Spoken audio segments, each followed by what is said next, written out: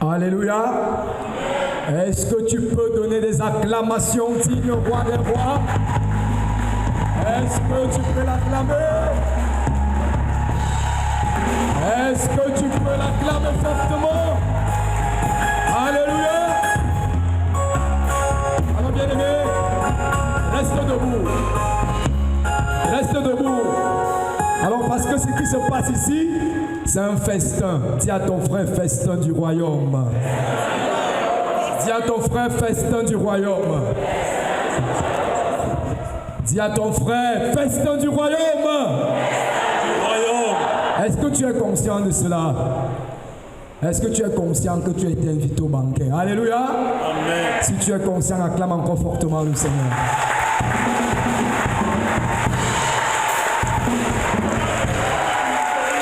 Alors bien-aimés, vous savez, aujourd'hui c'est un temps particulier. Voilà pourquoi nous allons faire quelque chose de particulier. Eh bien, nous allons d'abord recouvrir cet espace du précieux sang de Jésus, puisque le Seigneur nous demande de commencer par là. Nous allons appeler le sang du Christ et nous allons demander au sang du Christ de nous couvrir, de former un cachot afin que nous puissions y entrer. Eh bien, je voudrais que quelqu'un élève la main et que quelqu'un commence à réclamer le précieux sang de Jésus dans cette assemblée. Que quelqu'un commence à dire, précieux sang de Jésus, je voudrais, n'est-ce pas, que tu puisses ouvrir cette assemblée. Précieux sang de Jésus, j'ai besoin que tu coules comme tu n'as jamais coulé. Je sais que tu as déjà coulé, mais aujourd'hui j'ai encore besoin de toi plus particulièrement. Alors, précieux sang de Jésus, je veux que tu viennes et que tu puisses mettre hors d'état de nuit tout esprit maléfique envoyé depuis le quartier général de Satan, avec ses suppôts, ses esprits et ses démons.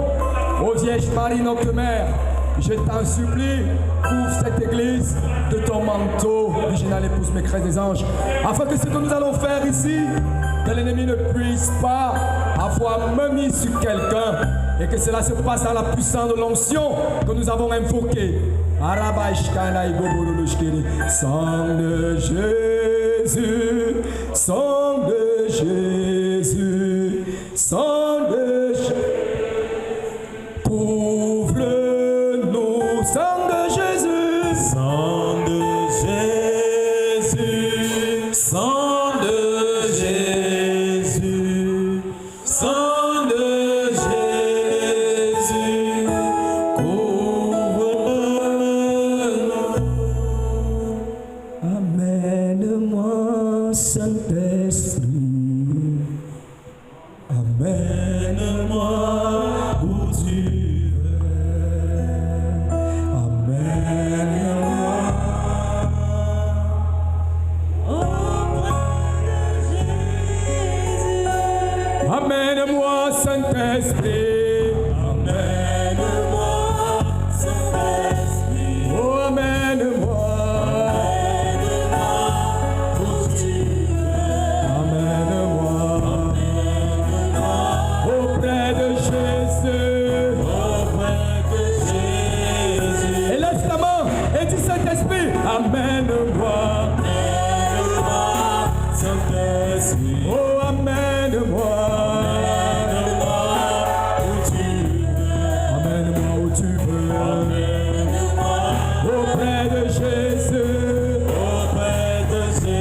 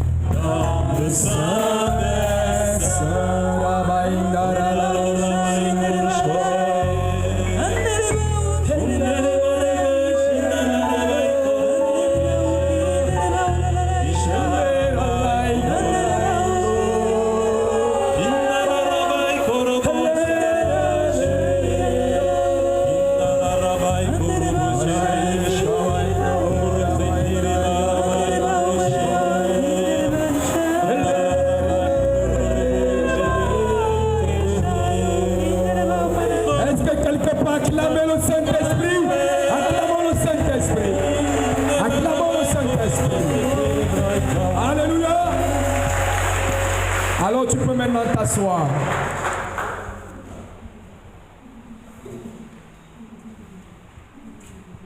Alors, la personne qui a le véhicule CE 803 LG, tu es prié d'aller éteindre la batterie de ton véhicule. Les phares sont allumés. CE 803 LG. Alléluia. Alors, bien-aimé, est-ce qu'il y a un baptisé dans le coin? Est-ce qu'il y a un baptisé dans le coin? Alors, si tu es baptisé, dis à ton frère, évangélisation. Évangélisation. Bien-aimé, vous savez, le thème de ce mois, c'est évangélisation, mission de tout baptisé. Et bien-aimé, je voudrais que tu dises à ton frère, urgence, urgence. Je veux que tu lui dises temporel, temporel. Alors, temporel vient de temps. Et le sous-thème dont nous allons traiter ce dimanche, c'est évangélisation, une urgence temporelle. Alléluia. Alors, bien aimé, vous voyez, nous ne pouvons pas parler de l'évangélisation sans connaître au préalable ce que veut dire évangélisation. Que veut dire évangélisation? Eh bien, évangélisation le mot évangélisation vient d'évangile, qui est un mot issu du grec ancien. Aujourd'hui, on va beaucoup se balader dans le grec et le latin. Alléluia. Eh bien, c'est l'évangélisation qui nous amène à nous balader dans le grec et le latin. Alors, évangile vient du mot grec ancien, égelon. Égelon, est-ce que vous me saisissez? Je vous ai dit là maintenant, on ne part plus haut avec le Saint-Esprit. On va prendre le grec et le latin dans le Saint-Esprit. Alléluia. Ça vient, n'est-ce pas, du mot latin, du mot grec, égelon. En latin, évangélium, qui signifie bonne nouvelle. Alléluia. Alors, l'évangile veut dire bonne nouvelle. Mais la bonne nouvelle ici, ce n'est pas avec la lettre majuscule. Le B de la bonne nouvelle et le N de la bonne nouvelle, c'est en lettre minuscule. Car il ne s'agit pas de n'importe quelle bonne nouvelle. Bien-aimés, nous en recevons chaque jour des bonnes nouvelles au quotidien. Alléluia. Alors nous pouvons recevoir une bonne nouvelle, comme par exemple la réussite à un examen ou un concours. C'est une bonne nouvelle. Nous pouvons recevoir une bonne nouvelle, comme l'obtention d'un visa, d'un diplôme, ou alors la naissance d'un nouveau-né dans une famille. C'est une bonne nouvelle. Alléluia, bien-aimé. Alors, la bonne nouvelle dont il est question, ce n'est pas cette bonne nouvelle. Mais la bonne nouvelle dont il est question, cette bonne nouvelle s'écrit avec P majuscule et avec N majuscule. Car c'est la bonne nouvelle du royaume. Alléluia. Et Jésus-Christ va dire dans Luc 4, verset 43, et il me faut annoncer la bonne nouvelle du royaume, car c'est pour cela que j'ai été envoyé. Et dans le verset 18, il va dire, l'Esprit du Seigneur repose sur moi, et il m'a consacré par l'onction pour annoncer la bonne nouvelle aux pauvres. Est-ce que quelque part clamer la mission du Seigneur? Eh bien, vous voyez, c'est ça. L'évangélisation, c'est dans le fait d'annoncer la bonne nouvelle du royaume de Dieu. C'est ça, évangéliser. Est-ce qu'il y a des baptisés dans le coin? Alors si tu es baptisé, dis à ton frère, je dois annoncer la bonne nouvelle du royaume. Eh bien, aimés, comment est cette bonne nouvelle? Dans Jean au chapitre 8, verset 12, le Seigneur dit, je suis la lumière du monde. Alléluia. La bonne nouvelle que le Seigneur apporte, elle est lumière. Et le Seigneur continue dans Jean en disant, cette bonne nouvelle est chemin, vérité et vie. Eh bien, mon frère, ma soeur, la bonne nouvelle dont il est question, c'est la bonne nouvelle de la lumière. C'est la bonne nouvelle qui est chemin, qui est vérité, qui est vie. Cette bonne nouvelle libère, sauve, guérit, délivre. Est-ce que quelque part accompagné par des acclamations? Et vous voyez, c'est ça. La bonne nouvelle dont Jésus nous apporte, cette bonne nouvelle te libère. Cette bonne nouvelle te sauve. Cette bonne nouvelle te guérit. Cette bonne nouvelle te restaure. Cette bonne nouvelle te délivre. Parce que le Christ dit, Il me faut annoncer la bonne nouvelle du royaume de Dieu.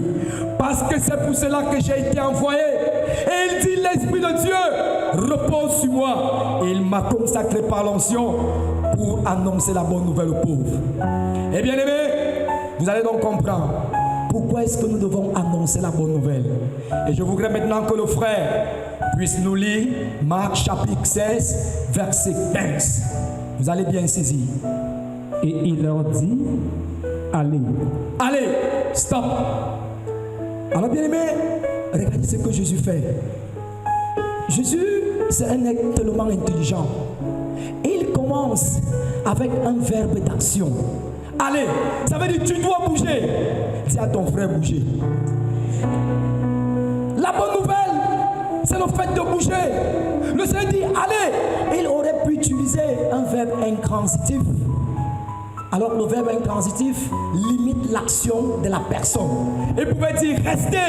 Mais Jésus ne dit pas restez. Il dit allez, dis à ton frère, vas-y. Alors le Seigneur, en disant allez, et il nous amène dans le mouvement. Aller implique le mouvement, l'action. Et le pape François, dans Evangelium Gaudium, je vous ai dit on va se balader dans le latin, le grec. Le pape François a écrit l'encyclique Evangelium Gaudium qui veut dire mais mon frère, tu n'es pas baptisé. Evangelium Gaudium, il dit, c'est la joie de l'évangile. Et qu'est-ce que le pape va nous dire? Allez dans les pays.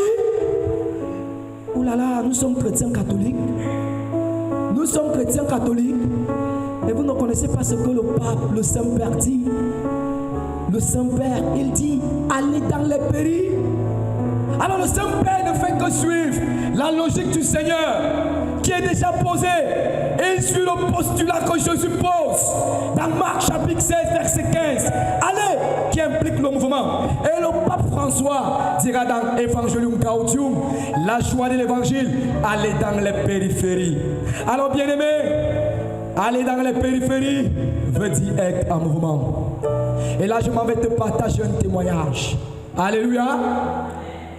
Alors que j'étais, n'est-ce pas, à la fraternité Fata, le père Edgar venait de mourir en 2008.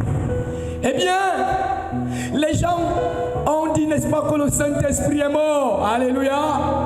Parce qu'un homme d'onction est mort. Eh bien, les gens ont commencé à quitter la fraternité. Dis à ton frère, ne suis pas le frère Titi. Ne suis pas le frère Michel. Ne suis pas le frère Robert. Dis-lui, suis Jésus. Suis Jésus. Et je veux que tu prennes conscience de cette parole. Ne suis pas le frère Jacques Joël. Ne suis pas le frère Christophe. Parce que c'est un être fini. Il peut disparaître. Et il peut s'en aller.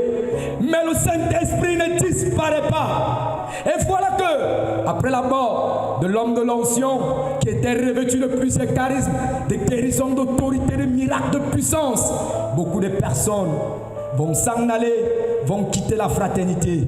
Et la fraternité va commencer à pas mourir. La fraternité va passer un temps d'agonie.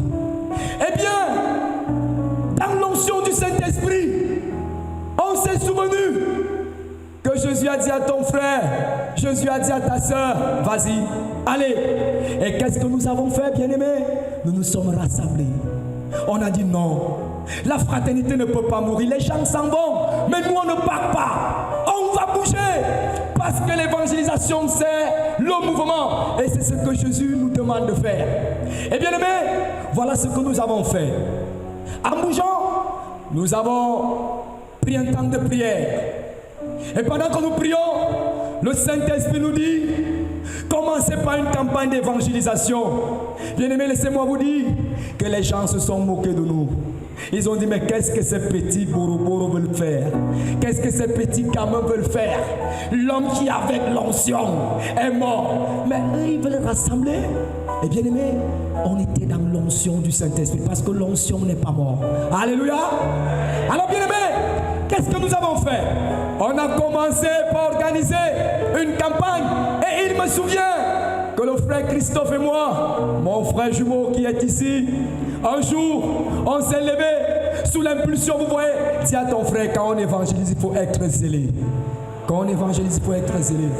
Eh bien, sous le zèle du Saint-Esprit, on s'est dit, nous avons besoin que l'administrateur apostolique, parce qu'il était encore administrateur apostolique, Monseigneur Jean Barga, qu'il puisse nous impartir la bénédiction d'un évêque, car nous voulons l'onction d'un évêque pour recommencer cette mission. Eh bien, mais nous avons écrit une lettre. Ouh, que c'est beau. Mais en écrivant cette lettre, nous n'avons pas mis nos noms, parce que dans l'évangélisation, il faut être humble. Nous avons mis, n'est-ce pas, le nom du délégué de la fraternité. Il n'était pas au courant que nous avions écrit une lettre. Eh bien, nous sommes allés voir une autorité à la CDO, là où Monseigneur office. Et nous avons déposé la lettre dans le zèle du Saint-Esprit. Eh bien, lorsque le Père évêque a aperçu notre lettre, eh bien, le Saint-Esprit a ouvert ses yeux. Il a dit, mets le patriarche. Mets le patriarche, mets le patriarche, deviens le patriarche, deviens le patriarche. Eh bien, l'évêque a accepté, bien-aimé. Et lorsque l'évêque a accepté, la lettre est revenue sur le délégué général. Il n'était pas au courant. Et le gars s'est vanté avec la lettre en pleine prière. Ouh, l'évêque m'a répondu. L'évêque m'a répondu. Mais il ne savait pas d'où ça venait. Ça, c'était le zèle. Le zèle. Excusez-moi, je suis philosophe. Et il y a un philosophe qui vient dans ma tête, Emmanuel Kant. Il a dit dans le siècle des Lumières, ça paraît audé. Je vous ai dit, on peut faire du latin. Ça paraît audé. C'est-à-dire, aie le courage de penser par toi-même. Aie le courage de te servir de ta raison. Aie le courage de réfléchir par toi-même. Et bien, on a eu ce courage. On s'est levé, on a réfléchi par nous-mêmes. On a dit avec le Saint-Esprit, on va aller rencontrer l'évêque. L'évêque a notifié, il a donné la validation et nous avons organisé la campagne. Et bien aimé, dans cette campagne, les gens se sont rassemblés. On a appelé des prêtres. Donc on savait que lorsqu'on va voir leur présence, les gens vont quand même se lever. Et il y avait le Père Casteman, je suis allé le rencontrer. J'ai dit au Père Casto, j'ai besoin de toi. Il dit, mais qu'est-ce que tu veux faire, mon fils? J'ai dit, là on doit évangéliser, l'heure est grave. Alors nous avons, la période là, le Père Hervé Marie n'était pas à Yaoundé. Il m'avait dit, je me déplace. Parce qu'on voulait que Hervé Marie, on a vu des prêtres et ils sont venus. Et bien, mais lorsqu'on a organisé la campagne, les gens étaient surpris. Et ils ont dit, qu'est-ce que ces jeunes veulent faire? On leur a dit, le Saint-Esprit n'est pas mort. Le Saint-Esprit est vivant. Et si le Saint-Esprit est vivant, ça veut dire que nous devons annoncer Jésus. Et bien, mais nous avons fait la campagne. Et pendant que nous étions en train de prier, le Saint-Esprit nous dit, vous devez organiser quelque chose de grandiose. Et ce que le Saint-Esprit dépose dans nos cœurs, c'est d'organiser le camp charismatique. Et je bénis le Seigneur. Parce que dans ce mouvement, mon frère Robert, qui était le premier responsable national, on a piloté. Et bien aimé, comme il n'y avait pas de jeunes, dis à ton frère, mets la main dans la poche. L'évangélisation nécessite le sacrifice. Et bien aimé, vous savez ce que nous avons fait? On s'est assis, on n'avait pas d'argent. On a dit on va faire le tour du Cameroun pour visiter tous les jeunes de la fraternité qui sont partis. Et chacun mettait son argent. Il y a mes frères, Titi, Robert, Christophe, ils savent cela. On n'a pas dit qu'on n'a pas l'argent. On n'a pas demandé 100 francs à nos responsables. Chacun venait mettre ce qu'il avait. Tu as 10 000, tu déposes 20 000. Et dans le zèle et la puissance du Saint-Esprit, nous avons parcouru le Cameroun. Et ceci c'était pour rassembler les jeunes et leur annoncer qu'il y a quelque chose qui va se passer au camp. Et lorsque les jeunes sont venus, le camp était baptisé camp militaire. Et bien aimé, vous savez pourquoi? Parce qu'on priait comme des bulldozers. Et il faut mettre les genoux au sol pour prier. On a prié, bien aimé, une semaine de prière. On se lève à 3 heures, adoration, rosaire, enseignement, intercession. Et on faisait des chambres hautes où des frères ne dormaient pas. On se relayait, Christophe prend de minuit à 1 heure. Titi prend de 1 heure à 2 heures. Je prends de 2 heures à 3 heures. Robert prend de 4 heures à 5 heures. Bien aimé, c'est le fou spirituel. Et pourquoi? Nous avons dit que l'Esprit Saint n'est pas mort. On ne peut pas arrêter l'œuvre d'évangélisation parce que la personne qui pilotait s'en est allée. Et bien aimé, lorsque nous avons fait cela, la grâce de Dieu a fondu. La grâce de Dieu a localisé des personnes. Des personnes se sont converties. Et vous voyez ce qui s'est passé, c'était formidable. Les gens ont commencé à revenir à Jésus. La fraternité a repris vie. Et vous saviez ce que nous faisons? On organisait les mi-lavés. Oh, on aime les mi-lavés. Dis à ton frère, j'aime les mi-lavés. On organisait des mi-lavés, des temps de pénitence. Parce que pour évangéliser, il faut être des hommes de pénitence. Si tu ne pries pas, tu ne peux pas évangéliser. Alléluia. Et il faut être un homme de prière. Et bien aimé, nous avons organisé des temps de pénitence. Nous avons prié et nous prions. Et le Seigneur a libéré beaucoup de personnes. Des âmes se sont converties. Des âmes sont revenues à Jésus. Et voilà pourquoi je peux parler comme Saint Paul. Je m'enorgueillis dans le Christ. Parce que je sais que grâce à ma petite parole, beaucoup de personnes sont revenues au Christ. Alléluia. Beaucoup de personnes sont revenues à Jésus. Et bien aimé, vous voyez, nous avons évangélisé. Et le Seigneur a commencé à libérer même les biens matériels. Et je vais vous parler de ça plus bas. Les biens matériels sont venus. On a construit des cuisines, on a refait le mur de soutènement de l'église. Et on a acheté des batteries de micros. Au point où les responsables ont cru qu'on avait beaucoup d'argent, que les gens nous donnaient l'argent. Eh bien, c'était l'œuvre de l'évangélisation. Bien aimé, quand on évangélise, le Seigneur nous suit. C'est lui qui bénit. Et après cela, bien aimé, nous sommes venus au service Jeunes du Renouveau. Et comment est-ce que nous avons commencé au service Jeunes du Renouveau? C'était après le congrès de 2012 à Bamenda. Le premier évêque qui était responsable, chargé du renouveau charismatique, c'était Monseigneur Christophe Soa, qui est évêque de Saint-Mélima. Il a tenu une réunion avec nous. Je vous ai dit, pour évangéliser, il faut se sacrifier. Personne ne nous donnait l'argent. Alléluia. Il faut aimer Jésus avec ton argent, avec tes 100 francs. Dis à ton frère, aime Jésus avec ton 100 francs. Ça veut dire que tu t'es sacrifié au niveau de tes poches. Nous sommes partis à Bamenda en 2012. Et après la réunion avec Monseigneur, il nous a dit, il faut faire quelque chose. Et notre sœur Lucie, qui était la première responsable nationale des Jeunes du Renouveau, elle était à Emmaüs. Nous avons commencé lorsque nous sommes rentrés à Yaoundé, à la chapelle du collège Vok, la première campagne d'évangélisation. Et mon frère, ma soeur, nous avons parcouru des paroisses à Yaoundé. C'est pour cela que tu peut-être me connais. C'est pour cela que tu connais le frère Jacques Joël. C'est pour cela que tu connais le frère Michel. Nous avons parcouru des paroisses. Et de là, time is over. Dis à ton frère, time is over. Ça veut dire le temps est fini. Et lorsque le temps s'est achevé, le Saint-Esprit nous a dit, je vous appelle à une autre mission. Laissez les eaux prendre la place et vous allez. Et le Saint-Esprit nous dit, vous devez faire quelque chose de nouveau. On dit au Saint-Esprit, mais qu'est-ce que nous allons faire? Toi là, tu exagères. Eh bien, le jour où on a fait une belle réunion chez mon grand frère Michel, on a réfléchi, on a dit, il faut évangéliser. Eh bien, pendant que nous réfléchissions, on s'est dit, comment est-ce que nous allons faire? Saint-Esprit, qu'est-ce que les gens vont dire de nous? Que le club des amis a déjà créé une association, et bien que c'est le Saint-Esprit qui nous demandait de faire. Regardez le mouvement. Est-ce que vous voyez comment le mouvement se passe? C'est ça le mouvement de l'évangélisation. Mes frères, mes sœurs, alors, on a dit, il faut maintenant chercher une paroisse, un endroit qui va nous accueillir. Mes frères et sœurs, le frère Robert nous a parlé du discernement. Et c'est là que le discernement est capital. Dis ça à ton frère, le discernement est capital. Dans l'évangélisation, tu dois avoir l'esprit du discernement.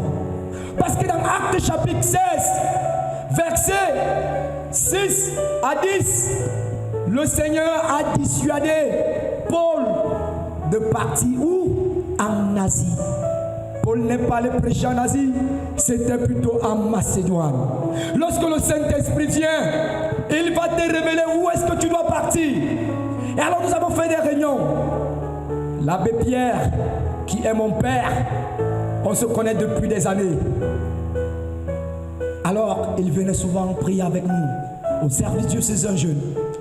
Mais l'abbé Pierre ne savait pas que c'est lui que le Saint-Esprit avait localisé. Alléluia. Actuellement, il est aux études en Espagne, thèse de doctorat. Et lorsqu'on prie, les frères disent, bon, comme c'est toi le petit frère, débrouille-toi à chercher, comme tu connais beaucoup de curés. Et bien aimé, on s'est mis à prier. Mais voilà que je méditais le rosaire. Le Saint-Esprit ne nous parle pas des signes. Le Saint-Esprit, depuis que tu es venu, t'a parlé. Et je suis persuadé. Le Saint-Esprit ne te parle pas des signes. C'est à toi de savoir discerner. Et voilà que j'étais en prière, méditant le rosaire. L'abbé Pierre m'envoie un message. Mon fils, est-ce que tu peux venir conduire l'adoration à l'université catholique? J'ai dit, waouh, Saint-Esprit, c'est l'heure, c'est là-bas que nous devons aller. Vous voyez, bien-aimés? Et lorsqu'il me dit cela, je demande au Saint-Esprit, nous prions, on réfléchissait pour aller rencontrer le vicaire général, pour aller rencontrer. Mais on va venir. Mes frères et sœurs, on se connaissait depuis des années, mais il ne m'a jamais demandé ce service. Et je venais chez lui, on mangeait jusqu'à... Et je rentrais tard. Mais le Père ne m'avait jamais dit, j'ai besoin de toi ici, j'ai dit pour conduire l'adoration. Et lorsque le Père m'a dit cela, dans le discernement, pendant que je priais, j'ai sauté et dit, merci Vierge Marie, c'est à l'université catholique qu'on va s'installer. Alléluia. Et bien aimé, vous voyez l'évangélisation comment on bouge. Et je viens le jour-là, il me dit, mon fils, tu vas m'aider parce que les étudiants ici, ça ne va pas. J'ai besoin de toi. J'ai dit, mon père, tu n'as pas besoin de moi, tu as besoin de nous. Il me dit, pourquoi? Il me dit, mais vous êtes au service de ces anges. J'ai dit, non, le Saint-Esprit t'a localisé. Et c'est toi qui seras l'aumônier de cette affaire. Il dit, mais mes enfants, il faut me laisser. Vos affaires, je suis dépassé, les charismatiques. Vraiment, je sais que vous avez des charismes, mais là, vous exagérez. Le Père évêque m'a envoyé ici. Non pas pour faire ça, mais pour être l'aumônier des étudiants. Mais vous venez avec vos affaires. À l'extérieur, vous me dites que c'est moi l'aumônier. Je lui dis, mon père, tu vas comprendre. Pour le moment, laisse-toi faire par le Saint-Esprit. Laisse-toi guider. Et lorsque nous avons causé, nous avons fait la première réunion. La première réunion avec lui, c'était là la sacristie. Jusque-là, le Père disait, je ne comprends rien. On dit, mon Père, tu vas comprendre. Parce que là, nous ne le faisons pas de nous-mêmes. Nous n'avons pas décidé de quitter. Mais le Saint-Esprit nous a dit, c'est bon. Au service diocésain, arrêtez les autres, doivent prendre la balle. Et bien aimé, tu es là aujourd'hui parce que c'est le Saint-Esprit qui t'a localisé. Et je veux que tu acclames le Seigneur. Le Saint-Esprit t'a localisé. Et voilà pourquoi nous prions, nous évangélisons à l'université catholique d'Afrique centrale.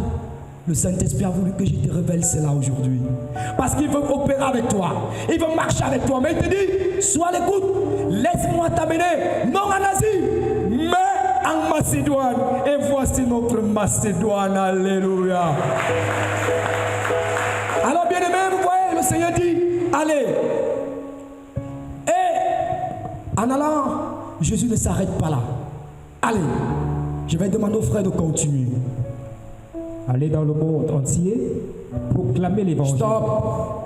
Le Seigneur dit, allez, ça veut dire qu'il faut faire le mouvement. Maintenant, il continue en disant, dans le monde.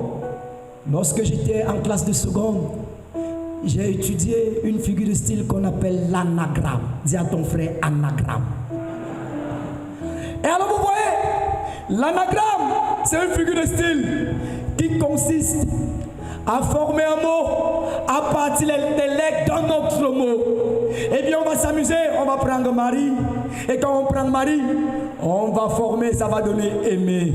Et Pierre de Rome, ça va dire aimer donc moi Marie. Et vous voyez, lorsqu'on prend le monde, en formant le monde, qu'est-ce que ça donne? Est-ce que quelqu'un peut essayer? Ouh là là, C'est bizarre. Est-ce que quelqu'un peut encore essayer? Mais je ne t'entends pas parler. Le Seigneur dit, allez dans le monde. Et en disant, allez dans le monde, bien-aimé, tu dois savoir que le Seigneur t'envoie pécher. Et c'est qui le monde? Le monde, ce sont ces personnes qui ont accepté délibérément et librement de coopérer avec Satan. Ces personnes qui sont allées baptiser dans des loges, qui ont fait des pactes à la Rose-Croix. Elles ont vendu les âmes à Satan. La Rose-Croix, franc-maçonnerie, Maïkari, Ekanka, Eyoga, etc. Il y en a tellement. Et vous voyez, c'est ça le monde. Donc, en te demandant de partir dans le monde, le Seigneur te dit, va vers ces personnes qui ont fait des pactes avec le diable. Ouh là là, ça devient compliqué. Ouh là là, l'évangélisation devient compliquée. Et puisque tu dois partir dans le monde, en demandant de partir dans le monde, ce sont ces personnes qui sont baptisées. Ouh, mais qui pensent qu'on peut être simultanément rose et chrétien et franc-maçon et chrétien. Franc-maçon et chrétien. Et nous en avons beaucoup à l'église. Alléluia. Et je t'invite de lire José Prado Flores. Tu peux noter cet ouvrage. Comment évangéliser les baptisés. Prado Flores va comprendre que beaucoup de chrétiens sont baptisés. Je mets chrétiens entre guillemets, mais n'ont pas encore rencontré le Christ. Et voilà pourquoi il a écrit comment évangéliser. Les baptisés, beaucoup de personnes viennent à l'église. Ils communient, ils prennent des sacrements, mais appartiennent à des loges. Ils sont à la Rose-Croix et ils pensent que c'est normal. Ils sont à la franc-maçonnerie et ils pensent que c'est normal. Mon frère, dis à ton frère, c'est faux. C'est faux, dis-lui, c'est faux. C'est faux. Ça ne peut pas passer. Comment on peut être rose et chrétien franc-maçon? On vient encore à l'église. Non, tu es dans le monde. Ça veut dire que le monde, c'est toi. Le monde, ce sont ces chrétiens qui viennent à l'église, mais qui sont plongés dans le commérage. La jalousie. Vous savez, la jalousie, c'est la première étape pour être sorcier. Hérode était sorcier parce qu'il était jaloux de Jésus. Alléluia. Il a oublié qu'il dépassait Jésus avec 50 ans de plus. Il a cru qu'un nouveau-né pouvait prendre sa chaise et il est devenu jaloux. Et en devenant jaloux, il est devenu sorcier. Alors il y a des personnes qui viennent à l'église, continuent à être des sorciers. Il y a même d'autres, ils ont leurs choses dans le ventre, ils viennent s'amuser avec des prêtres. Et ils sont là, ils viennent prier, ils infiltrent même le renouveau, ils sont partout. Il y a des sorciers, des gens qui vivent dans la calomnie, jalousie, sorcellerie, mensonge, des personnes qui continuent à fréquenter des marabouts, des fétiches, qui continuent à porter des gris-gris. Mon frère, des personnes qui utilisent le charme. Parce que tu veux te marier, tu séduis une jeune fille, un jeune garçon. Non, tu es dans le monde. Il faut arrêter. Tu es dans le monde. Toi qui utilises encore des totems, qui te donnent le pouvoir, qui te donnent l'argent, la protection, et tu viens à l'église, tu es dans le monde. Tu es dans le monde. Et Jésus dit, allez dans le monde. Allez vers eux, ces personnes. Le monde, ce sont ces personnes qui font l'apologie de la religion traditionnelle. Bien aimé, vous avez vu dans Voir Plus, qu'est-ce que Mintumba a représenté? Alléluia. Ceux qui ont les yeux spirituels ont vu quelque chose qui est en train de faire l'apologie du retour aux sources. On met un prêtre, on met un marabout, et la situation dépasse le prêtre. Et voilà ce que le monde nous brandit à travers les réseaux sociaux. C'est ça le monde. Il faut faire l'apologie, retour aux sources, sans même comprendre en soi ce qui veut dire source. Sans comprendre en réalité le concept de source. On a biaisé ce concept. On a pensé que la source, c'est le fait d'aller baptiser avec les chenilles dans les brousses. Ce n'est pas ça, retour aux sources. La source, c'est ton identité propre. Il faut assumer ta personnalité, c'est ça la source. Il ne faut pas accepter d'être aliéné. Il ne faut pas accepter de devenir un acculturé. Eh bien, l'acculturé, c'est celui qui se laisse emballer par la culture de l'autre. Eh bien, il faut rester soi-même et non retour aux sources, entre guillemets, tel que nous présente la religion traditionnelle. Eh bien, le monde, c'est la partie de la création qui est plongée dans le relativisme. Alors, relativisme, ce n'est pas relativité. Relativité vient de Einstein. qui en termes simples veut dire la vérité dépend du point de vue de l'observateur. Alléluia. On va parcourir. C'est ça le Saint-Esprit. L'apôtre Paul dit, viendra vous révéler toutes choses, la connaissance. Et c'est bien le Saint-Esprit qui révèle cette connaissance. Ça veut dire qu'il pleut à Lucas. Ça c'est la vérité pour moi qui suis à l'université catholique. Mais celui qui est à New York à cet instant n'a pas la même vérité. Alléluia. C'est ça la relativité. Mais le relativisme, c'est le fait de normaliser tout en valeur. Ça veut dire on est riche, tout en valeur. Tout devient une valeur. L'homosexualité devient une valeur. Le monde vit dans le relativisme total. La pédophilie devient normale. L'homosexualité devient normale. Vous voyez, tout devient normal. La prostitution, l'inceste, le vol, corruption, l'avortement. Et bien aimé, prendre les pilules du lendemain devient normal. Alléluia. Est-ce que tu es baptisé? Un baptisé ne prend pas ces choses. Alléluia. Même dans des couples, ne prenez pas. Ça s'oppose à la vie. Peut-être que vous ne comprenez pas le principe. Jésus est la vie. Mais quand tu prends ça, tu t'opposes à la vie. Mais tu es en train d'entrer dans le plan du démon. Eh bien mon frère, je ne suis pas là pour te juger, ma soeur, pour te juger. Mais je suis là pour te dire ce qu'est la vérité. Et te faire comprendre, toi qui es encore dans ces choses, tu es dans le monde. Et tu as besoin d'être évangélisé. Eh bien, le monde nous propose des IVG. Vous voyez, le relativisme, interruption volontaire des grossesses.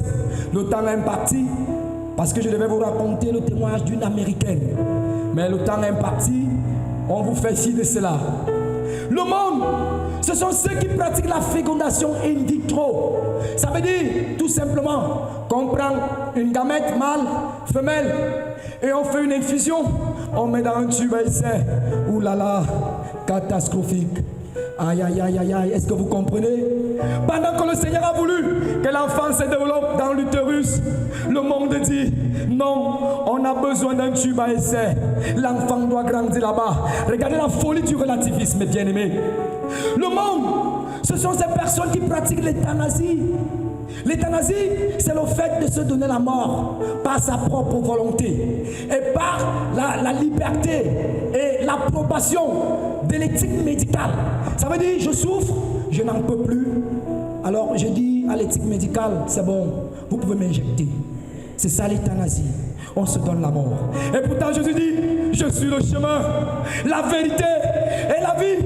Mais le monde dit, si tu souffres beaucoup, tu peux mettre fin à tes jours. Tu te décides volontairement et librement de te donner la mort. Le monde, ce sont ces personnes qui pratiquent les paiements, procréation médicalement assistée. Alors, une femme décide de partir dans une boutique. Ouh là là, une boutique d'esperme. Elle va chercher des gadgets. Imaginez-vous, elle en a des bijoux, et les bijoux c'est le sperme. Et alors elle s'en va, et les spermes là sont vendus à des bons prix. Comme le scientifique a étudié que ça c'était le sperme d'un bandit. Il dit ça coûte 2000. Ça c'est le sperme d'un savant, ça coûte 1 milliard. On achète le gadget, on achète n'est-ce pas le bijou, et on s'en va à l'hôpital. Procréation médicalement assistée, on te fait une infusion. Et tu deviens enceinte, tu pars à l'hôpital, famille monoparentale, on fait les visites, l'enfant ne connaît pas son père. Procréation médicalement assistée. Et ça, c'est le plan de Satan. On doit s'opposer, on doit dénoncer ces choses, bien-aimés, parce que ce sont les choses du monde. Le monde, ce sont ces personnes qui pratiquent l'eugénisme, le fait de manipuler les gènes. Vous voyez aujourd'hui, on veut un enfant qui sera comme Messie en 2 ans. On peut manipuler son gène au laboratoire. On veut quelqu'un qui sera tellement intelligent. On peut manipuler son gène au laboratoire. On te transforme. Et cela nous amène dans le transhumanisme. Le transhumanisme, c'est l'homme développé, l'homme augmenté, l'homme fort, l'homme intelligent, l'homme costaud. Et tout ceci pour des fins capitalistes. Parce qu'on veut dominer le monde. Et on te fait comprendre. Tu pourras vivre 5000 ans sur terre. Alléluia. Alléluia, tu es un homme transformé. Voilà la sagesse du monde. Le monde, ce sont ces personnes qui acceptent le grand sexualisme. Imaginez-vous mon frère Christophe, lève-toi, lève-toi. Vous allez bien comprendre. Lève-toi mon frère, viens, viens. Alors mon frère vient Imaginez-vous Christophe avec les seins et les fesses. Alléluia. Le transsexualisme, je l'appelle plus. Bonjour mon frère Christophe me dit, Madame Christophe, ça va chérie, je t'aime. Alléluia. C'est ça le transsexualisme. Je ne te coupe pas. Est-ce qu'il y a des gens qui ont suivi le petit son Alléluia. Ça a été interprété en 2011 par un petit. Voilà, en 2016, il est devenu homo et en 2023, il est déjà une femme. C'est ça le transsexualisme. C'est ça le monde. Alors mon frère Jacques qui est costaud, qui est baraqué, il vient ici avec des sangs, il dit bonjour, ma chérie Jacques Joël. Je t'aime chérie. Vous voyez, c'est ça le monde. On appelle ça, dis à ton frère, la sorcellerie. Ça c'est la sorcellerie mon frère. Alors bien aimé, Jésus dit qu'il est dans le chemin. La vérité. Jésus ne dit pas je suis un chemin. Il n'utilise pas l'article indéterminé parce que l'article indéterminé laisse sous-entendre plusieurs choses. Il va utiliser l'article défini, l'unique. Et je veux que tu acclames pour l'unique chemin qui est Jésus. Jésus utilise l'unique. Il dit je suis le. Il ne dit pas je suis un chemin. Un chemin laisse sous-entendre des chemins. Il dit je suis le chemin. Je suis la vérité. Et je suis la vie. Bien aimé, parce que le monde nous propose plusieurs chemins. Alléluia. Le chemin de s'enrichir facilement. On prend des porte-monnaies magiques. On entre dans des loges, on a la rose de Troie et tu deviens une grande personnalité. Le chemin de la corruption, l'escroquerie, les détournements des fonds publics. Le monde nous présente plusieurs vérités. Pour se marier par exemple, et il faut aller te faire laver chez un pasteur. Vous avez vu cela dans les réseaux sociaux, dans un petit lac nu. Voilà le chemin. On appelle cela les fausses vérités, les pseudo-vérités. Alléluia. Le monde nous présente plusieurs fausses vérités. Jésus dit il est la vérité. Et le monde te dit il y a des vérités. Et la vérité c'est que si tu veux te marier, va te laver chez un marabout. Va prendre des gris-gris. Va faire ceci. Voilà ce que le monde te présente. Parce que le monde te dit mangeons, buvons, dansons, car demain nous mourrons. Et tonton Ebo avait dit zéro la vie. C'est faux. Ça c'est Épicure. La morale épicurienne, le plaisir. L'homme doit jouir comme il veut. Si tu veux aimer les femmes, aime. Si tu veux boire, bois. Jésus dit non. Alléluia. Et tu dois partir vers ces personnes qui ont une telle philosophie. Leur dire que non, la vie n'est pas zéro. Mon frère, je suis joyeux d'être en vie. Je suis joyeux d'être en vie.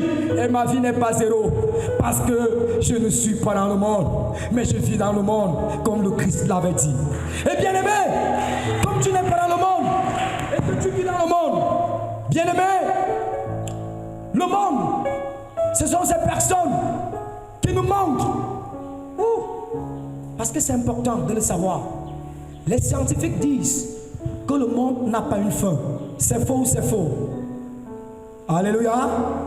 C'est faux ou c'est faux? Le monde n'a pas une fin. Et qu'est-ce que les scientifiques font pour nous démontrer cela? Ils disent, à l'origine du monde, ça a commencé par le Big Bang. Et le Big Bang a entraîné une explosion énergétique qui a fait susciter la mer, les arbres, les animaux et l'homme qui est le singe. Alléluia. Dis à ton frère, je maudis cette thèse au nom de Jésus. Je maudis cette thèse. Tu es singe, ta mère est non. Quand tu te regardes, regarde un peu ton visage. Tu es singe, ta mère est non. Dis, je maudis cette thèse. Ouais, c'est ça que le monde nous présente. Et ils disent, le Big Bang a commencé par l'énergie. Et Einstein, qui est un grand savant, va faire une étude. Le grand physicien du temps moderne, Einstein. Einstein va se rendre compte, bien aimé, que l'énergie lui échappe autant pour moi. Que l'énergie lui échappe. Et à la fin de sa vie, Einstein va poser la question, D'où est-ce que vient cette énergie et où s'en va-t-elle? Car je ne parviens pas à la maîtriser. Et après Einstein, les scientifiques vont faire des recherches.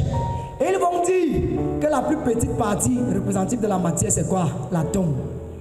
Et bien aimé, ils se sont rendus compte dans leurs recherches que la plus petite partie n'est pas l'atome, mais c'est le quantum. Alléluia. L'énergie ne fait qu'échapper. Avec les appareils, ils sont à l'atome, ils veulent saisir. L'atome fuit. Il dit que non, je ne suis pas petit. Maintenant le quantum apparaît. Maintenant le quantum fuit. Et vous savez ce qu'ils ont découvert actuellement? C'est le trou noir. Et les gars se sont arrêtés. Ils ont dit là, on ne peut plus entrer. Vous savez pourquoi? Parce que c'est l'alpha et l'oméga qui se trouve. C'est Jésus-Christ de Nazareth qui est l'alpha et l'oméga. Et le monde va nous faire comprendre des pseudo-vérités. Tout ça, c'est des fausses vérités. Si c'était une vérité, ils devaient aller explorer le trou noir. Pourquoi ils ont peur? Parce que c'est alpha et oméga. Parce que c'est l'agneau de Dieu. Parce que c'est le ressuscité. Parce que c'est Jésus-Christ le Nazaréen qui se trouve de son côté. Et bien aimé, vous voyez, le monde nous présente des pseudo-vies, le transhumanisme, le clonage. On te prend, on prend ton ADN. Vous avez vu cette série, non? On avait cloné une personne, il était comme un zinzin, non? Il était toujours en retard, non? Mais le monde te dit, je peux te donner une pseudo-vie, c'est-à-dire des fausses vies en te clonant. Je prends ton ADN et je te duplique. Ouh! Ma soeur Caroline, on va te dupliquer. Est-ce que tu acceptes ça? Dis, je maudis cette thèse. Alléluia! Et il faut maudire cette thèse. Le monde va te présenter les pseudo-vies telles qu'on présente à la Rose 3. Vous voyez, Platon a fait une étude, la loi de la pangénèse. Et il dit, dans la pangénétique, Platon parle de la transmigration. Vous allez comprendre ce qu'on développe à la Rose 3. C'est important qu'on vous enseigne ces choses. Il parle de la transmigration d'âme, de corps en corps, de génération en génération. Ça sous-entend quoi? À la Rose 3, la résurrection n'existe pas. Qu'est-ce qui existe? C'est la réelle. Et voilà donc pourquoi mon frère, ma soeur qui est à la Rose 3 peut s'élever. Comme il a peur du karma, comme il veut vivre éternellement. Et on lui dit, dans la loi de la transmigration, d'âme de corps en corps, si tu fais le bien, quand tu vas mourir, tu vas aller renaître dans l'autre monde comme étant un président. Dis, je maudis cette thèse. Voilà donc pourquoi il ne croit pas l'enfer. Vous voyez? On doit évangéliser nos frères. Dis à ton frère, on doit les évangéliser. On doit les évangéliser. Et il ne croit pas à la résurrection du Christ. Il croit à la réincarnation à travers le passage des âmes de corps en corps au fil des générations. Et pour que tu puisses être bien dans notre monde, il faut faire quoi? Le bien. Et bien aimé, ce qu'ils font, dis à ton frère, on appelle ça la bonne moralité. Dis à ton frère, on appelle ça la bonne moralité. Parce que ne confondons pas la bonne moralité avec la charité, le bien qui est fait dans le christianisme. Et Saint Paul va dire, et nous manda dans Ephésiens 2, versets 8 à 9, nous sommes sauvés. Par quoi? Par la grâce, moyennant la foi, et donc par les œuvres. Vous voyez donc, c'est normal, le franc-maçon rosé Christian, qui bâtit les églises, qui fait tout. Et il sait qu'il fait le bien, non? Mais il ne fait pas en Jésus. Mais tu es différent de lui. Parce que le Seigneur a dit, les enfants de ce monde sont habiles et solidaires.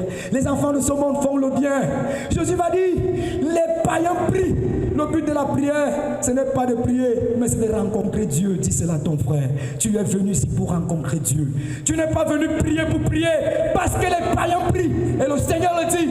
Et si tu viens à l'université catholique, c'est pour rencontrer Dieu dans la proclamation charismatique qui est faite ici dans la puissance du Saint-Esprit. Alléluia. Et vous voyez donc, bien aimé,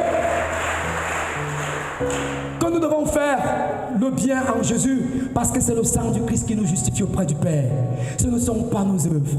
Celui qui fait des œuvres en dehors du sang du Christ, qui ne le justifie pas, et il fait les bonnes mœurs, et il fait la bonne moralité, et il n'est pas dans le sang du Christ. Et voilà donc pourquoi, mon frère, Satan est en train de l'amener en enfer. Et nous devons prier pour eux. Nous ne devons pas se moquer d'eux. Ce sont nos frères. Que l'ennemi s'en est emparé. Bien-aimés, proclamer dans l'évangile signifie donc aller plus que jamais dans cette partie de la création qui vit dans les ténèbres. Alléluia. Annoncer la bonne nouvelle, ça aller vers le monde Il dit allez dans le monde. Et je vous ai présenté ce que c'est que le monde. Alléluia. Et le Seigneur dit proclamez-leur la bonne nouvelle. Dites-leur que je suis le chemin. Je suis la vérité. Je suis la vie. Dites-leur que je suis la lumière du monde. Est-ce que quelqu'un croit que Jésus est lumière du monde? Est-ce que quelqu'un croit qu'il est le chemin? Alors mon frère, tu as choisi la bonne part. Eh bien, cela n'est pas facultatif pour toi. Dis à ton frère, ce n'est pas facultatif. Dis-lui, c'est une exigence. Évangéliser n'est pas facultatif. Ce n'est pas une option. Mon frère, à partir de ce jour, si tu n'évangélises pas, tu vas rendre compte. Parce que là, la vérité est en train de venir en toi. Dans 1 Timothée 2:3, l'apôtre Paul dit, le Seigneur veut que tous les hommes soient sauvés et parviennent à la connaissance de la vérité. Aujourd'hui, tu connais déjà la vérité. Et à partir de ce jour, tu dois évangéliser. Si tu n'évangélises pas, mon frère, c'est catastrophique pour toi. Parce que Jésus, il te dit, ce n'est pas facultatif pour toi et moi, c'est une obligation. Pourquoi? Parce que tu es prêtre, roi et prophète. Prêtre pour enseigner, roi parce que tu es fils de roi, prédilection, prophète pour annoncer l'évangile. Et c'est ce que tu as reçu le jour de ton baptême. Est-ce qu'il y a des baptisés dans le coin? Si tu es baptisé, tu es prêtre, roi, prophète. Et qu'est-ce que le prêtre, roi, prophète fait? Il annonce, il évangélise, il témoigne. Alléluia. Donc c'est une exigence. Ce n'est pas facultatif. C'est une exigence pour toi. Parce que Jésus-Christ, Jésus était trop intelligent. Il est intelligent. Il utilise l'impératif subjonctif. L'impératif présent. Allez! C'est un ordre. Alléluia. C'est un ordre. Allez! C'est une injonction. Mon frère, tu dois partir si tu es baptisé. Et voilà pourquoi Paul va dire dans 1 Corinthiens 9, au verset 16, malheur à moi si je n'annonce pas l'évangile. Parce que c'est un impératif pour toi, mon frère. Ce n'est pas facultatif. Toi qui viens ici, tu dois savoir que tu dois annoncer l'évangile. Ce n'est pas facultatif. C'est un impératif. Jésus dit, allez. C'est comme s'il les chassait. Jésus ne veut pas qu'il reste sur place. Il ne demande pas de rester. Il ne demande pas de parler. Il dit, allez. C'est un impératif pour toi. Ce n'est pas facultatif. C'est une exigence. Parce que le pape Paul VI, dans son exhortation apostolique du 8 décembre 1975, je vous ai dit, on va se balader dans le latin. Alléluia. Dans l'Évangile Nuntiandi, qui veut dire pour annoncer l'Évangile, va dire que la mission propre, première de l'Église, c'est d'évangéliser. Est-ce que vous comprenez ce que le pape Paul VI dit dans l'Évangile Nuntiandi pour annoncer l'Évangile? Il a dit cela dans son exhortation apostolique, le pape Paul VI, le 8 décembre 1975. L'évangélisation, c'est la mission première, propre de l'Église. Ce n'est pas facultatif, c'est une exigence pour toi. Et le pape va dire, nous voulons confirmer une fois de plus que la tâche d'évangéliser tous les hommes constitue la mission essentielle de l'Église. Et mot essentiel vient du latin essentialiste, qui veut dire essence. Et essence veut dire ce sans quoi la chose ne saurait être. Si on enlève donc à l'Église son essence, c'est la mission essentielle. Ça veut dire que l'Église n'est plus Église. Alléluia. Est-ce que vous avez saisi? Si on enlève ce que nous faisons ici, ça veut dire que l'Église n'est plus l'Église. Et l'Église non pas en tant qu'édifice, mais Église en tant que communauté de chrétiens. Église en tant que corps du Christ. Église dans laquelle tu es membre de ce corps et le Christ est la tête. Et le pape dit, comme tu fais partie de la communauté des chrétiens, c'est ça l'Église avec grand E, pas l'Église avec petit E qui est l'édifice. Tu dois évangéliser parce que c'est la mission propre de l'Église. Bien-aimé, l'Église existe donc pour évangéliser. Et pour quelle finalité l'Église doit-elle évangéliser? Je m'en vais déjà chuter. Pour quelle finalité? Je veux que le frère puisse lire dans Luc, verset 15, verset 7. Luc chapitre 15, 7. Vous allez comprendre la finalité de l'évangélisation. Jésus a posé les jalons. Il a posé les fondements. Il a posé les fondations.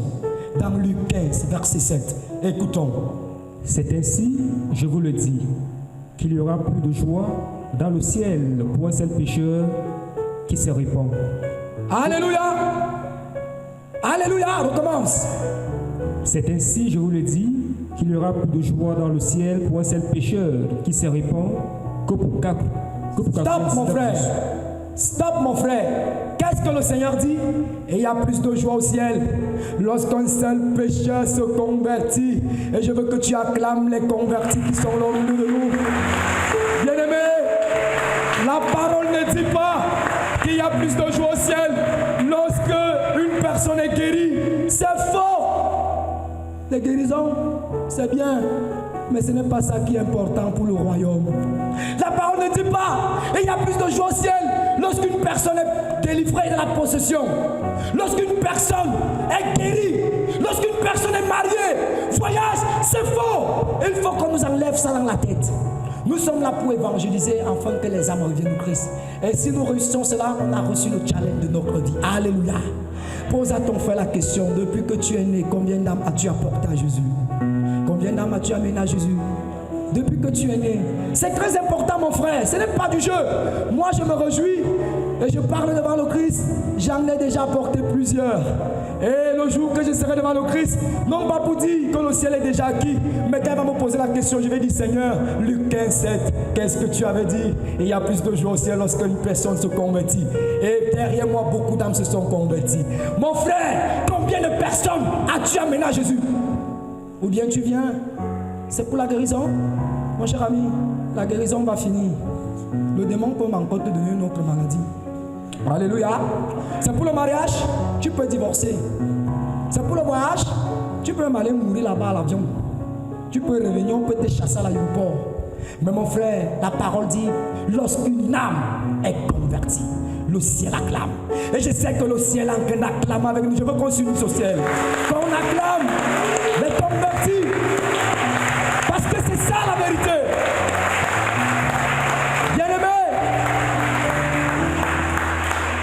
La finalité de l'évangélisation, c'est de ramener les âmes à Jésus. Ce n'est pas de guérir. La guérison, on vous parlera de ça. Ce n'est pas aujourd'hui. Mais la guérison, c'est une conséquence de ce que nous faisons. Parce que lorsqu'on évangélise, ce qui nous suit, c'est signes, miracles, prodiges. Est-ce qu'un baptisé peut acclamer pour la puissance du Seigneur? C'est ça, évangéliser. Ça accompagne ce qu'on fait. On ne va pas d'abord évangéliser parce qu'on veut que les gens guérissent, parce qu'on veut que les gens prient en langue. C'est important, c'est vrai, c'est bien, mais ce n'est pas ça. Si nous passons à faire l'évangélisation, des campagnes pour que les gens guérissent, ça veut dire que nous-mêmes, on n'a encore rien compris, c'est l'apostolat. Alléluia. Mais je bénis le Seigneur parce que l'apostolat a compris que les âmes doivent revenir à Jésus. Voilà pourquoi on s'attelle dans cette mission. On annonce le Seigneur ressuscité. Bien-aimé, pour finir, tu dois savoir que l'évangélisation s'ensuit avec la persécution. Dis à ton frère, persécution. Et je m'en vais finir là, parce que c'est tellement le Saint-Esprit est en train d'ouvrir mon esprit. Mais le prophète commande la prophétie, on va devoir s'arrêter. Et je vais clôturer là. Quand tu évangélises, dis à ton frère, tu seras persécuté. Et je vais parler de moi. J'ai fini par ce témoignage. Alors que j'ai commencé à évangéliser, un jour dans ma paroisse, ça a commencé chez moi. Alléluia. Non, ça a commencé chez moi. Mais je ne suis pas là pour parler des prêtres. Hein. Vous avez compris? Ça a commencé chez moi dans ma paroisse. Un jour, et vous voyez, j'ai compris, c'est l'après. Le Seigneur est méthodique. Et lorsque le Seigneur permet, c'est parce qu'il veut te chasser pour aller devant. Alléluia. Tellement j'évangélisais, je suis devenu une gêne pour les membres. Vous comprenez? On se comprend? Ok. Un jour, un m'a appelé.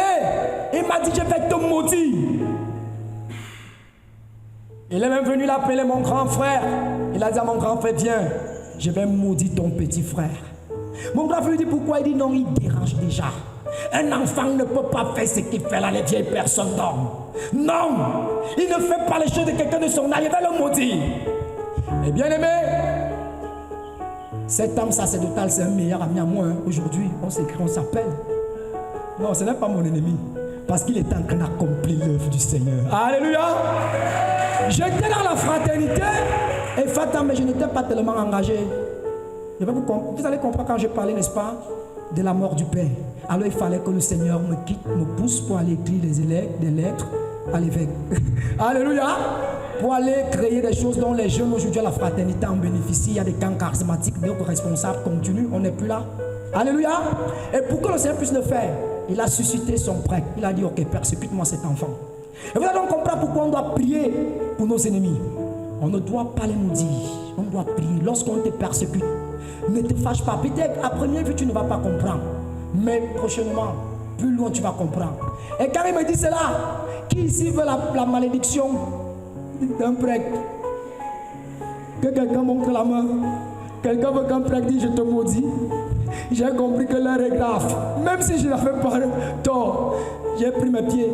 Et c'est cet temps que le Saint-Esprit va m'utiliser puissamment dans la fraternité. Et vous voyez ce que le Saint-Esprit a fait. Et il m'a chassé de l'autre côté parce que je passais le temps. Évangélisation, ma parole, j'ai été responsable du conseil des jeunes dans ma parole pendant 10 ans, responsable de la spiritualité. J'ai organisé des pèlerinages, des retraites. J'étais au four moulin où j'ai commencé à énerver et il fallait qu'on me chasse. Eh bien, le Seigneur est en train de dire dans le psaume 109, siège à ma droite et je ferai de tes ennemis le marche-pied de ton trône. Et je vais te lever. C'est ce que le Seigneur est en train de dire. Mais je ne t'avais pas encore compris. Et quand j'arrive à la fraternité, où on va travailler pendant 3 ans dans la puissance du Saint-Esprit, dis à ton frère persécution. Alléluia. J'ai reçu une dose avec mes frères, overdose de persécution. Au point où on était tellement fâchés qu'on voulait prier contre eux. Mais le Saint-Esprit a dit, ne faites pas ça. On a tout fait, qu'on voulait reporter la fraternité. Mais le Saint-Esprit disait, ma gloire, je veux que tu commences à prendre des avions pour mon nom, que tu commences à voyager. Je ne veux plus que tu restes là. Je veux que tu prennes l'avion l'année prochaine. Mais moi, j'étais têtu. Saint-Esprit a dit, ok, on va t'humilier, on va te chasser. Et c'est ce qui s'est passé. Alléluia. Un jour, on nous a humiliés. Tu veux évangéliser? Dis à ton frère humiliation. Dis-lui persécution. Et cette persécution, c'est parce que le Seigneur veut t'élever. Plus on te persécute dans l'évangélisation, plus Dieu t'élève. Et lorsque nous sommes quittés, nous voici à l'apostolat. Alléluia. Je ne sais pas ce qui va se passer. Mais peut-être si ça se passe, c'est pour m'amener maintenant aux États-Unis rencontrer le président de la République. Alléluia. Alléluia. Si ça se passe, c'est pour aller rencontrer le président américain, parce qu'on va travailler ensemble. Alléluia, je crois ce que je déclare. La Bible dit, la langue au pouvoir de ce que tu confesses et déclares. Le pouvoir de la langue. Et bien ami, je le déclare. Et pensez-vous que nous sommes acclamés ici? Vous étiez là dimanche? Entre parenthèses, vous ne pouvez pas évangéliser, on vous acclame. Dis à ton frère, si on t'acclame à l'évangélisation, tu n'évangélises pas. Dis ça à ton frère. Pourquoi vous avez peur? Si on commence à dire, frère Magloire, frère Titi, quand il parle, je sais qu'il y a des gens qui savent mon nom. Même ici, je m'en fous. Mon frère, je dis merci à Dieu, continue à m'élever. Continue à parler de mon nom. Je bénis le Saint-Esprit parce que tu m'élèves. Tu es en train d'accomplir la volonté de Dieu sur ma vie. Et c'est ce que les frères de Joseph ont fait. Et le psalmiste dit dans Psaume 109, siège à ma droite et je ferai de tes ennemis le marche-pied de ton trône. Bien-aimé, tu vois donc, le Seigneur, à travers les persécutions, m'a fait rencontrer des personnes formidables, exceptionnelles, faramineuses, gigantesques, grandioses. Que sais-je encore? Alléluia! Et c'est ça le Seigneur. Quand tu évangélises, n'aie pas peur. On va t'humilier. Tu as compris? On va t'insulter. Sois content. Et dans Acte 5, les apôtres étaient contents d'avoir été fouettés devant le Sanhédrin pour le nom de Jésus.